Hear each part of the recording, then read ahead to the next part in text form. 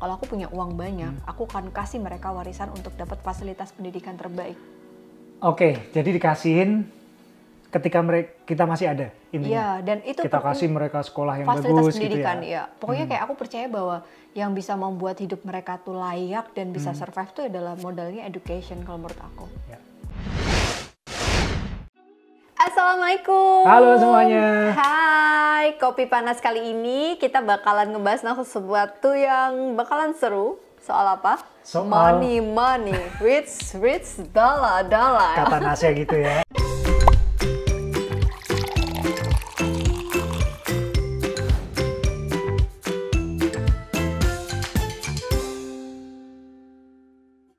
Ini tuh. Kita mau bahas tentang warisan ya.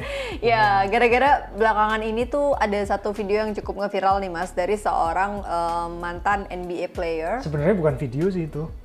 Postingan ya, Postingan postingan Twitter. Bener. Ya. Tapi kita dapatnya dari Instagram. Yes, bener banget. Itu kita post di IG story kita dan kayaknya menarik nih buat dibahas. Banyak yang DM, Mbak bahas ini gitu. Karena menurut aku ya di tengah pandemi ini kita sama-sama belajar tentang ketidakpastian. Iya. Dan Kopi Panas tuh biasanya kan identik dengan keluarga, parenting. Kita coba nyambungin ke sana gitu ya. Iya.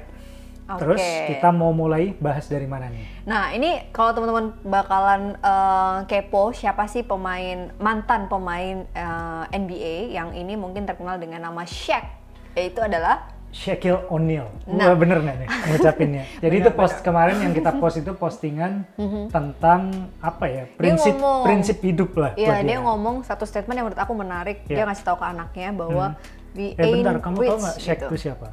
Nggak tahu kan? Iya, pemain NBA kan? Iya. Tadi sudah aku sebut. Iya, tahu nggak tapi? Pernah lihat? Tahu lah, kemarin kan ada di postingan gitu. kamu. Taunya habis pensiun dia malah. Jadi dulu nggak pernah tahu karena memang bukan pecinta basket gitu kan. Cuma kalau dulu aku sih basket loh. Sebagai atlet basket sejati tahu banget. Loh kan aku yang ikut gitu ya? basket dulu, ngompatin pemain yang lain.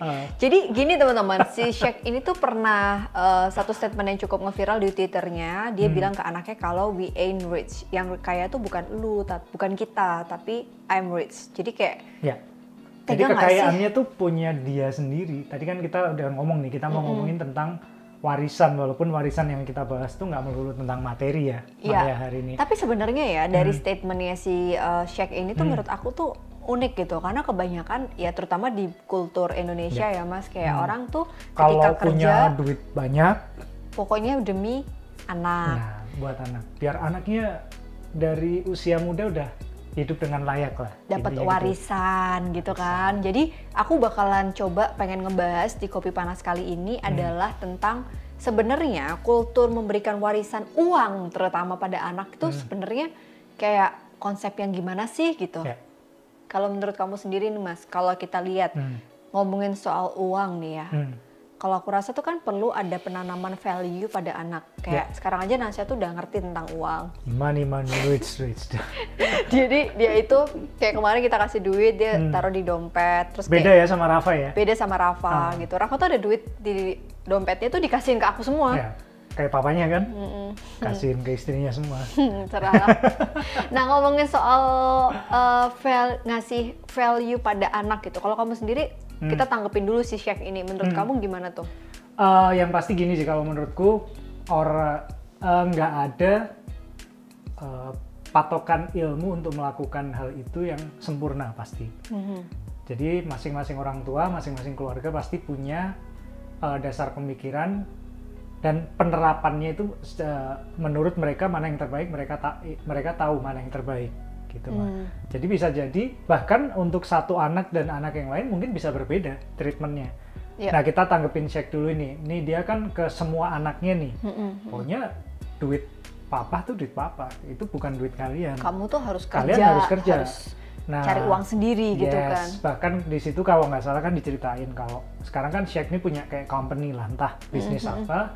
Kalian kalau mau dapat duit ini ya kalian kerja di company ini atau kalian share modal di company ini. Jadi nggak gitu aja dapat uang itu gitu loh, dapat kekayaan itu. Nah kebanyakan kalau aku lihat nih ya, terutama sebenarnya ya kultur Asia dan lain sebagainya sih. Sebenarnya kayak orang tua itu kalau ditanya ya kayak orang tua kita sendiri nih gitu, pasti selalu mikirin nanti ini buat kalian. Terus Terutama padahal orang Jawa nggak sih kayak gitu? iya tadi Asia juga sih Iya, kalau aku lihat Asia, orang ya. Jawa apalagi gitu kan. Aku rasa tuh gini nih, kalau ditanya nih kita sebagai anak, Hmm. pasti kan kita sendiri tuh nggak pengen ngarep orang tua kita tuh Yes. eh, Ninggalin itu gimana ya? Gimana ya? Orientasinya buat ninggalin harta yang ada gitu setelah kita jadi orang tua kan? dan kita sebagai anak, kita tuh pengennya tuh balik gantian ngasih orang tua sebaik-banyaknya Benar, gitu. Sekarang tuh pengennya pada gitu. titik itu, walaupun Idealnya gitu. ini kayak kemampuan masing-masing orang Ya, tuh berbeda gitu. beda-beda. Nah, aku kemarin nyambung ke film Hometown Cha-Cha-Cha gitu. Wah, film itu lagi. Jadi di situ tuh Mas, Hmm. itu tuh digambarkan seorang nenek di desa itu gitu kan. Sambil minum Anaknya itu sekolah di Amerika. Si nenek ini tuh giginya sakit gitu kan. Terus dia tuh mau ke dokter Jin, tapi Jin ini tapi dia nggak kuat bayarnya. Padahal si Oke. nenek ini kaya. Hmm. Nah, banyak banget orang yang udah di usia senja mengorbankan kebahagiaan mereka. Bahkan untuk berobat aja tuh nggak mau karena dia nyimpan uangnya buat ninggalin anaknya. Oke. Dan satu kalimat yang menyentuh menurut aku di film itu adalah anak tuh sebenarnya kebalikannya pada saat orang tua tuh sampai segitunya, anak tuh nggak mau orang tua sampai kayak gitu demi anak gitu. Ya. Anak itu pengennya kalau kita ngelihat orang tua kita udah tua, pengennya orang tua tuh sehat, bahagia dan menyenangkan Bahagia. diri mereka. Punya harta juga dinikmati aja, sendiri. Tapi gitu. ternyata setelah kita jadi orang tua, nggak bisa gitu juga nggak kan? bisa gitu juga. Bahkan Sekarang aja sekarang udah mikirin. Nah, anak-anak masih kuliah, masih lama nih, kita udah mikirin Udah mulai nabung nabung, buat kita udah kuliah. mulai pengennya Rafa Nasya besok kuliahnya di sini. Nah, itu tuh kayak gimana ya kalau ngomongin soal pendapatnya Syek tadi tuh aku kayak pro kontra gitu. Kalau aku sendiri sih. Iya, tapi aku yakin sih dia pasti tahu yang terbaik buat anaknya. Kayak Yes. Syek itu kan setauku ya, setauku dia memang latar belakangnya bukan dari keluarga yang kaya raya, bukan Yap. yang berada. Jadi dia benar-benar menjalani proses kehidupan tuh dari bawah kayak apa. Mungkin dia pengen Ada terapin effort itu. ya. Iya, pengen terapin itu ke anak-anaknya. Supaya dia kan udah ngerasain sendiri nih tahapan kehidupan berjuang kayak apa. Dia pengen anak-anaknya kayak gitu. Mungkin berjuang dengan cara yang lain, tapi effort untuk Ngedapetin uang itu how to gain ya, gimana untuk sukses itu nggak instan. survive. Ya. Nah, ngomongin soal itu nih Mas. Jadi aku jadi pengen mengkorelasikan dengan bagaimana kita mengajarkan value uang pada anak. Menurut aku tuh ngajarin uang tuh bukan hanya sebatas kayak oke, mata uang tuh ini hitung duit tuh bukan hanya itu. Tapi aku tuh pengen, karena kalau menurut teori nih ya, kalau di umur 3 sampai 5, konsep uang pada anak tuh dia tahu ini sebagai alat tukar. Oke. Nah, ini kan aku mulai nih ngasih nasihat tuh kepercayaan, kita kasih uang, kita kasih dompet, kita kasih celengan, dia nabung. Terus beli mainan terakhir kemarin, ingat nggak waktu kita beli di salah satu e-commerce, terus dia bisa ngitung gitu kan, dia Ini duitnya kurang nih, dia pengen nyari harga yang tadi ada yang mahal, terus kayak, wah nanti kalau dia beli semua uangnya habis. Tapi ingat juga nggak sih, kita tuh dari mereka kecil kita selalu ngajarin kalau beli mainan jangan yang mahal.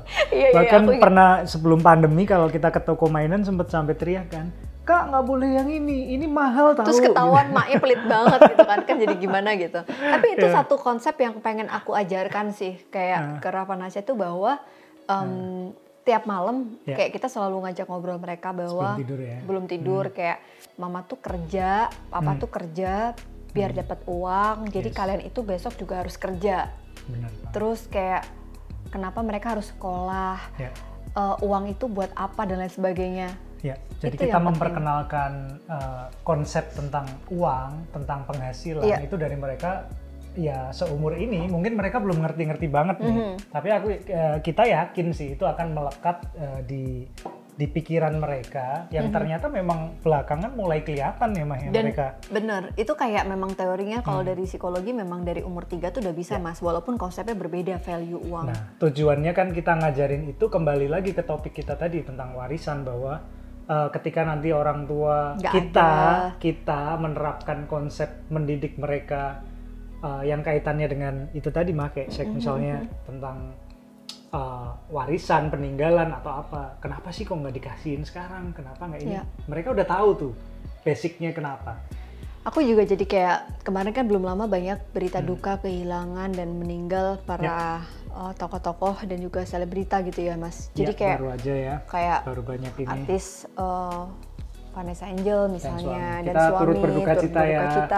Kayak kasihan banget ngeliat anaknya gitu kan. Jadi aku rasa tuh aku jadi kayak ngebayangin kalau tiba-tiba kita tuh di umur tuh nggak ada yang tahu gitu. Dan bener. ketika tiba-tiba kita diambil waktu kita di dunia, bagaimana nih anakku udah siap belum ya untuk aku tinggal? Bener. Aku tuh tiba-tiba jadi kepikiran itu gitu. Dan konsep inilah yang sebenarnya pengen aku ajarin sama anak dari umur sedini mungkin tentang konsep uang, tanggung jawab. Walaupun itu bertahap ya, nanti di usia 12, 13 mungkin dia udah kita bikinin kayak rekening khusus yang dia bisa atur uang saku dia. Kalau sekarang mungkin belum bisa gitu kan. Jadi apa ya? Kayaknya mereka juga perlu tahu gitu kondisi orang tua yang sedang mampu ini bukan berarti membuat anak-anak itu nanti akan terus enak hidup mereka. Nah sebaliknya nih pertanyaanku kalau buat kamu, ketika kondisi keluarga ekonominya tuh lagi lemah, perlu nggak sih anak tahu? Kembali lagi tergantung kondisi ya. Kita lihat tipe anaknya kayak apa dulu. Secara umum deh. Secara umum, tetap aja bisa iya bisa enggak. Kalau iya kenapa? Kalau enggak kenapa? Iya karena kalau itu sekiranya anak itu tuh memang punya mental yang kuat. Misalnya gini nih, anak baru sekolah, mendekati ujian atau fase-fase kritis dalam perjalanan pendidikan mereka. Kalau sekiranya mereka tahu itu dan mereka malah jadi mikir, jadi stres. Anak kan beda-beda nih, ngadepin suatu bahasamu, ngadepin stimulus nih, ya kan? Ada yang terpacu, ada yang justru down. Nah kita harus tahu nih anak kita yang tipikal yang mana, jadi kita harus menyesuaikan. Bahkan terhadap satu anak, terhadap anak yang lain bisa beda juga. Tapi aneh nggak ketika ada 3 anak, yang satu dikasih tahu, yang satu nggak dikasih tahu? Ya aneh juga memang, Nanti makanya nggak ada yang ideal kan. Iya. Tapi kalau diambil secara umum mah, kalau aku sebaiknya anak tahu. Ya sama sih, aku juga ngerasa itu penting gitu. Walaupun mungkin umur berapapun tuh pada saat menerima sebuah kenyataan itu pasti kita semua akan shock mas. Nah akhirnya mungkin ada yang aware dan dia kayak ada yang deny dulu. Ketika menerima situasi bahwa keluarga kita tuh nggak kayak dulu lagi, itu mungkin butuh waktu pendewasaan dan pada umur tertentu gitu. Oke. Iya nggak sih? Tapi yang pasti gimana pun dengan anak itu tahu, kita melatih nih anak supaya bisa tahu, bisa menyesuaikan dengan keadaan. Jangan taunya selalu ada. Bahkan terbiasa bahwa memang kita tuh nggak ada loh. Gitu. Iya, itu aku setuju banget. Karena itu membentuk lifestyle nggak sih? Kadang-kadang aku takut loh. Kan? Kadang-kadang aku takut. Aku sering bilang sama kamu kan, kayak aku tuh dulu pengen banget punya Barbie asli. Terus sama mama dibeliinnya tuh baby. Atau Debbie. Yang mukanya bukan Barbie tapi mukanya aneh banget Muka gitu. Jawa berarti bonekanya. Ya alias KW gitu kan. Dan pada saat itu tuh aku kayak ngelihat yang bisa beli Barbie asli tuh kayak pengen gitu. Nah sekarang pada saat kita dikasih kemampuan finansial yang Alhamdulillah cukup, akhirnya aku beliin yang dulu aku jadi kayak balas dendam ya. Kayak aku beliin gitu, tapi somehow aku mempertanyakan, kok aku jadi kayak anak nggak minta aja aku beliin. Kadang kamu sering ingetin kan kayak kamu manjain banget sih gitu. Anaknya nggak minta ngapain dibeliin gitu. Iya, aku pengen coba untuk kasih gambaran juga gitu, walaupun aku manjain, tapi mungkin ya kita punya pola asuh yang agak apa ya teman-teman, nggak tahu sih ini benar apa enggak. Tapi kita tuh, aku pribadi sih mas, kayak aku sering banget ngomong ke mereka, walaupun mereka tuh aku kasih semacam fasilitas mereka mau beli apa, tapi kamu tahu kan aku demand terhadap mereka untuk les ini, belajar ini, itu aku tinggi demandnya. Dan kita juga nerapin sistem reward gitu ya Maya. Kalian bisa dapat ini kalau gini. Kalian kalau ngajinya udah sampai juz 10, papa sama mama akan kasih ini.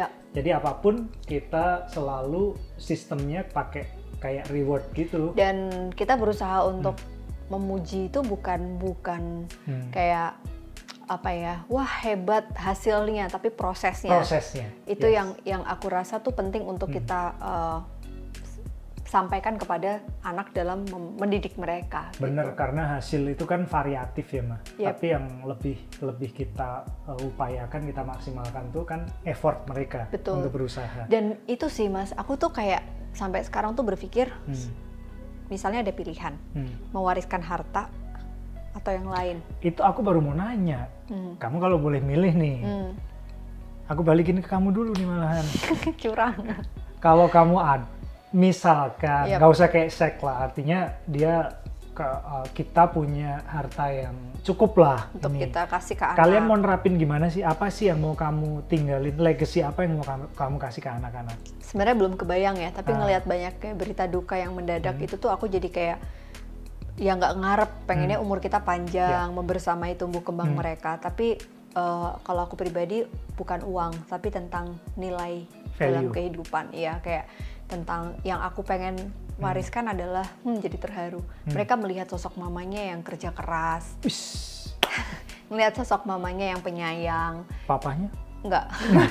Melihat sosok mamanya yang bagus-bagus gitu. Jadi kayak contohnya misalnya mereka tuh ngelihat gitu gimana aku sebagai role model gitu kan, pengennya kita sebagai role model itu ditiru sama mereka. Kayak aku selalu bilang besok kakak sama dedek sekolah, terus nanti umur ini habis go to college, terus kayak nanti ngambil master. Itu tuh dari umur segini kan kita udah bilang. Kita udah kasih gambaran ya, kalian besok gini tahapannya secara garis besar kita udah kasih gambaran. Jadi kalau antara uang tuh bukan satu-satunya, tapi nilai kehidupan. Dan yang kedua adalah kalau aku punya uang banyak, aku akan kasih mereka warisan untuk dapat fasilitas pendidikan terbaik. Oke, jadi dikasihin ketika kita masih ada intinya. Iya, dan itu kita kasih mereka sekolah yang fasilitas bagus pendidikan, gitu ya. Pokoknya kayak aku percaya bahwa yang bisa membuat hidup mereka tuh layak dan bisa survive tuh adalah modalnya education kalau menurut aku. Ya. Dan gak kalah penting, mereka juga harus dipersiapkan untuk siap dan mau menempuh fasilitas pendidikan yang terbaik itu. Iya, jadi kan? kayak value dan semangat belajarnya, kecintaannya untuk menuntut ilmu tuh harus dari sejak dini gitu. Bener banget. Kalau aku sih garis besar sama ya. Jadi ibarat kata kalau aku pengen ninggalin anak itu bukan ninggalin harta, tapi ninggalin pancingnya nih. Jadi toolsnya supaya dapetin ikannya, supaya dapetin penghasilan, itu yang pengen aku tinggalin. Satu itu, yang kedua juga masalah quality time, mah. Aku nggak akan lupain itu. Waktu ya. Waktu. Itulah kenapa setiap mereka berangkat sekolah, pulang sekolah, kita tuh kan selalu berusaha sebisa mungkin kita yang nganter. Tidur sama kita, bangun tidur kita yang bangunin, kalau pas kita bangunnya pagi. Kadang-kadang duluan mereka. Nah, itu lebih kayak ngasih mereka tuh tentang quality time, bahwa aku tuh pengen dikenang kita tuh sebagai orang tua yang selalu ada buat mereka. Yang penyayang, yang apa ya, bisa yang harus selalu ada gitu untuk mereka. Hadir walaupun nggak selalu fisik ya, tapi ada. Betul. Dan aku paling takut ketika suatu saat anak-anak tuh kayak ngucap, papa tuh kayak apa sih? Papa tuh semasa hidupnya galak. Orang yang sibuk, orang yang galak, itu kayaknya sedih banget gitu ya. Jadi terharu. Ya kan? Ya, aku jadi sorry tak potong. Jadi nggak semua orang punya privilege untuk bisa kayak gitu, mah. Nah, itu yang aku mau omongin. Tapi aku bilang tadi bahwa kedekatan waktu itu tidak selalu tentang fisik, mah. Mungkin kalau menurut aku legacy sih, Mas. Jadi ini untuk menjawab kegalauan bapak-bapak yang kerja di luar pulau, luar negeri, luar kota, ibu-ibu yang sering meninggal karena nggak semuanya punya privilege untuk selalu ada 24 jam gitu ya sama anaknya. Legacy itu apa sih? Jadi kayak bekerjalah dengan baik, berkah, hindari hal-hal yang berbau konflik dan mencemarkan nama baik, karena anak kita tuh akan mendapatkan warisan itu juga loh, tentang siapa ayahnya dan apa yang dikerjakannya. Benar Jadi banget. Aku tuh punya cerita temen yang bapaknya dulu tuh kayak pernah tersandung kasus gitu kan. Nah pada saat bapaknya udah nggak ada, itu kayak nggak enak banget jadi anaknya. Itu kan anaknya si Pak ini yang dulu kesandung kasus ini. Itu tuh legacy yang menurut aku paling mahal harganya dibandingkan dengan cuan gitu.